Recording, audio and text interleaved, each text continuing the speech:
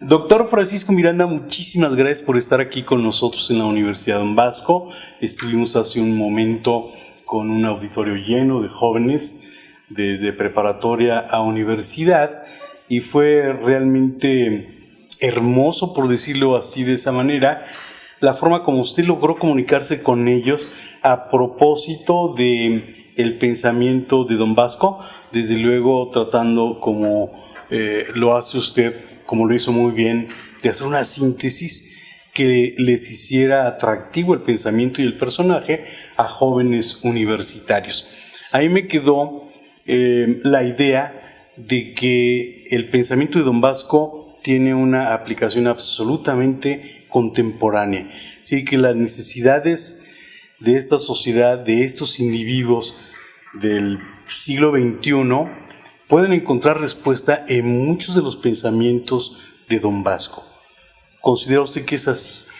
De hecho, yo creo que Quiroga para mi vida ha sido el secreto de la misma, porque si bien empecé esta investigación hace más de 50 años y lo que he producido es realmente poco para el mucho tiempo que me he ocupado, esta larga etapa me ha permitido buscar lo esencial de una figura como la de Vasco de Quiroga.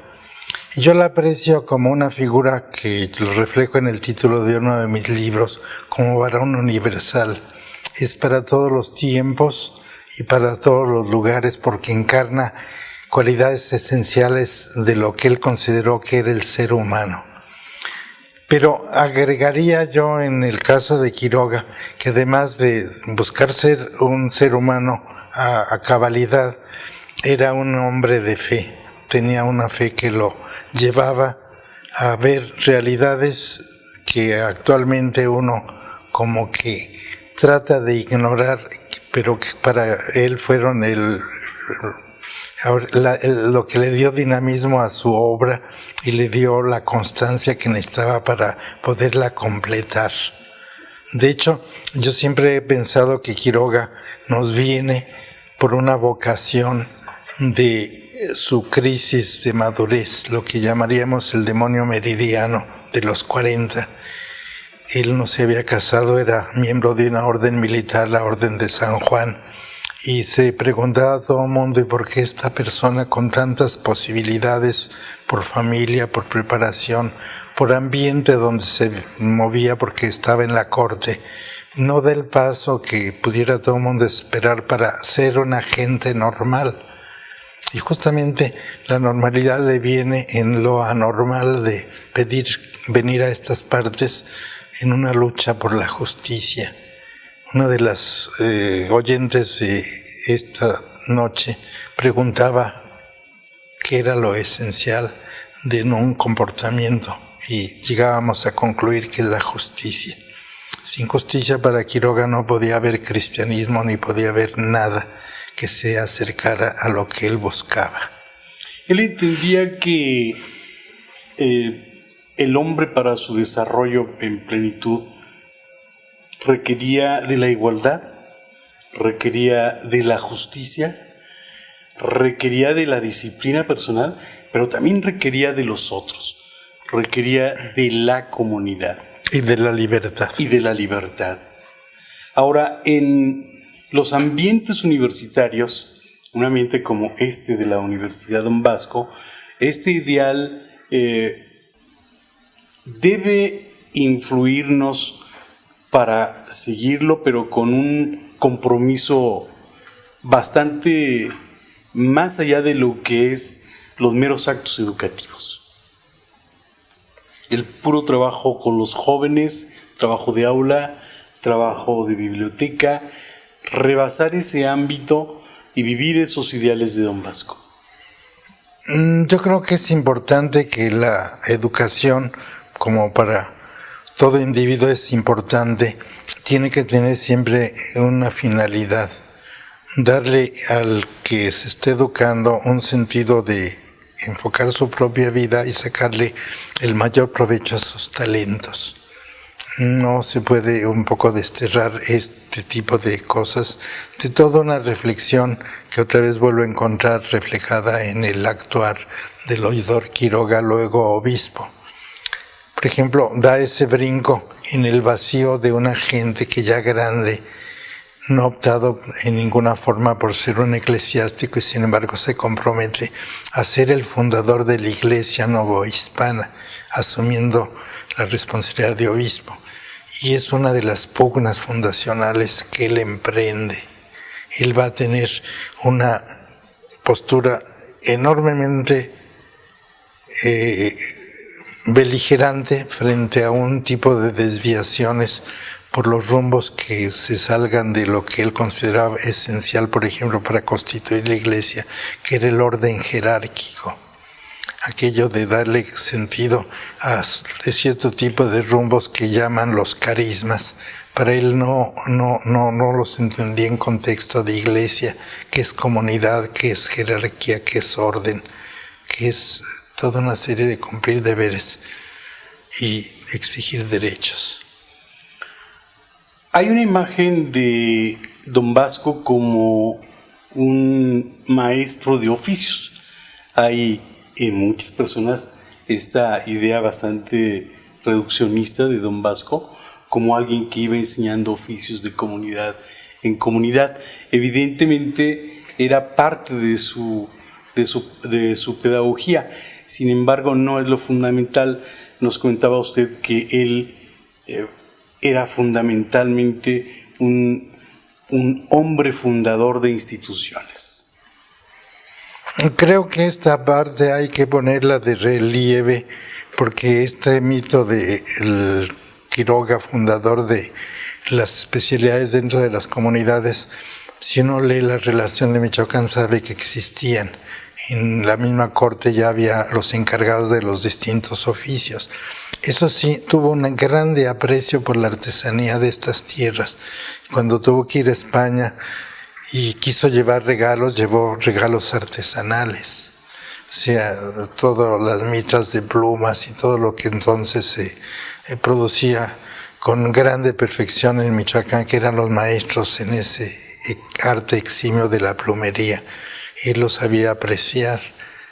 En realidad, pues este tipo de saber lo nuestro, porque aprecia lo nuestro, es una de las partes un poco de pertenencia que debemos apreciar, ¿no?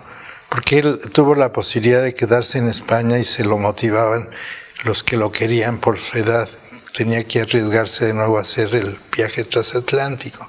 Y decía, es que yo tengo de ver con las gentes mías, con mis ovejas. Tengo que darle la vuelta al ganado. En expresión muy de él era muy figurativo en su lenguaje, que es punto en donde alguien que estudiara el pensamiento de aquella época encontraría realmente muy creativo al oidor obispo Quiroga en ese campo, ¿no? Usted es uno de los especialistas más connotados de este personaje, de su pensamiento, de su obra. Quiero preguntarle esto, ¿ha encontrado usted cómo era la relación de él con los jóvenes de su tiempo? Bueno, de hecho él tenía todo tipo de colaboradores y justamente los encontraba en los jóvenes. Él formó un grupo de clérigos, que eran los jóvenes que estaban más cerca de él, a quienes educó en el Colegio de San Nicolás, y fueron siempre los grandes defensores de su obra mientras vivieron. Cuando ya esta generación formada por Don Vasco se acabó, pues se impusieron las cosas aquellas que todo el mundo quería, porque era del común que fueran así y no en el estilo revolucionario que él quiso impulsar, ¿no?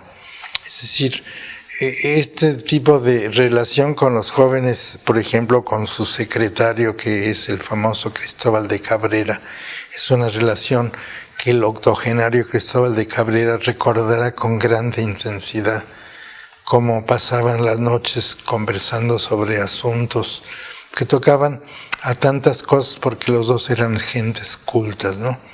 Entonces, esta intensidad también de vivir en la casa donde estaba su colegio es parte también de dejarle como grande herencia a la juventud su biblioteca y un poco cobijar con lo que a él ya no se le daba, que era la juventud a los jóvenes, creo que es muy importante. Nunca creo que haya sido un viejo don Vasco de Quiroga, porque siempre tuvo un proyecto y luchó por él. Doctor, y en términos de instituciones universitarias, hay también una enorme deuda a don Vasco como fundador de instituciones y a su pensamiento. Yo creo que hemos sido injustos por andar importando sistemas pedagógicos cuando no conocemos los propios. Y la esencia del pensamiento pedagógico de Quiroga es que buscó reflejar el futuro de México que él intuyó muy tan temprano, que iba a ser el mestizaje, es decir, el encuentro de culturas, razas y lenguas, saberes y cualidades. Es decir, no podemos ser mexicanos si no aceptamos que somos justamente producto de muchas corrientes, muchas influencias, muchas genéticas. Esa es una de las cualidades que yo siempre he tenido presente. De hecho, uno de mis cursos en el colegio es Origen y desarrollo del mestizaje. Y pongo como parangones a Vasco de Quiroga, a Bartolomé de las Casas y a Alonso de Montúfar. Alonso de Montúfar en razón de esta creación del culto mestizo a Guadalupe, en donde combina elementos tan enormemente grandes que dan en la esencia de el sentir mexicano, que es el sentir mestizo, ¿no? Hay una deuda con él en ese... Pues yo creo que con muchas cosas. Muchas cosas. Sí. Nos lanzamos en un reto en la conferencia como una institución que lleva orgullosamente el nombre de don Vasco. Platíquenos de ese reto. Bueno, de hecho a mí me sorprende que ustedes se hayan dejado comer en la prelacía que tienen en el uso del nombre, y ahorita hay una institución Vasco de Quiroga que se antepone a ustedes, que son los que son más antiguos y están en la raíz de un quiroguismo en donde se hermanan el Fray Juan de San Miguel con el Vasco de Quiroga en esa maravillosa institución de la Guatapera, en donde la hospitalidad del Fray Juan de San Miguel da la dimensión concreta de una comunidad al planteamiento grande del obispo regional que va a formar Santa Marta como el hospital del obispo, pero que tiene también esta especie de respaldo de la comunidad a base de los cargos y aquel sistema de semaneros de que nos cuentan las cronistas, que se empeñaban por semanas los recién casados a acompañar esta asistencia comunitaria, yendo a prestar servicio y entregando lo que eran sus salarios en favor de los que lo necesitaban y eran atendidos por el hospital. Doctor, muchísimas gracias por estar aquí con nosotros. Le agradecemos infinitamente que nos haya concedido esta entrevista, que haya visitado nuestra universidad, que haya tenido ese contacto tan hermoso que tuvo con los jóvenes y esa invitación a conocer más al personaje que le da nombre a esta institución. Pues yo soy más bien el agradecido que me dan la oportunidad de ya en este tipo de ocaso de mi vida echar para afuera lo que pues quizá un poco avaramente he venido acumulando. Muchísimas gracias.